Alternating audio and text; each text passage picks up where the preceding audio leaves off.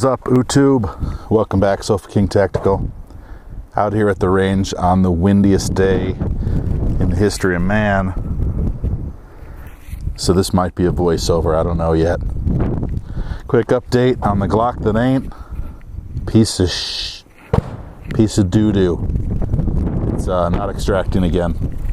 And I'm going to send it back to Rock Island Armory and they can fix it for a third time. Tired of wasting ammo. Junk Rock Island Armory and Arms Corps. Junk. I got the Stormtrooper out.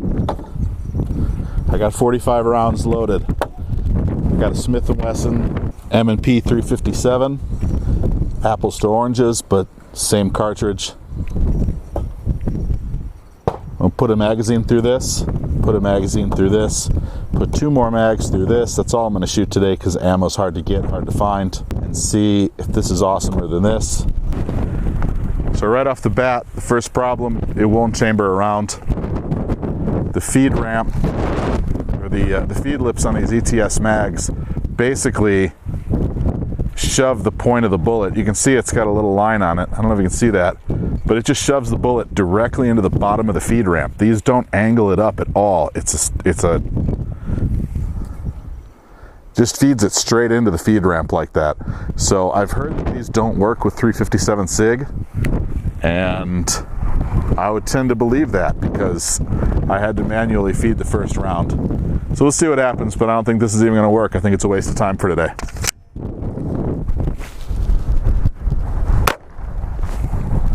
Yeah, look at that. It just literally fires it right into the bottom of the feed ramp.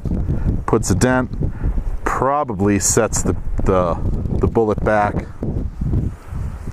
Somebody said it's a follower issue, but it can't be a follower issue when the follower's way down here.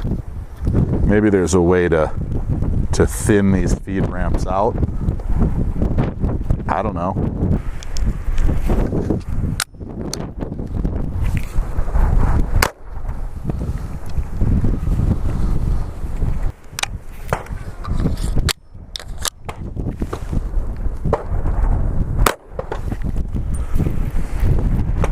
Well, anyway, that was fun. Can't blame this on P80, or really anybody. I mean, I just assumed because all manufacturers' magazines work with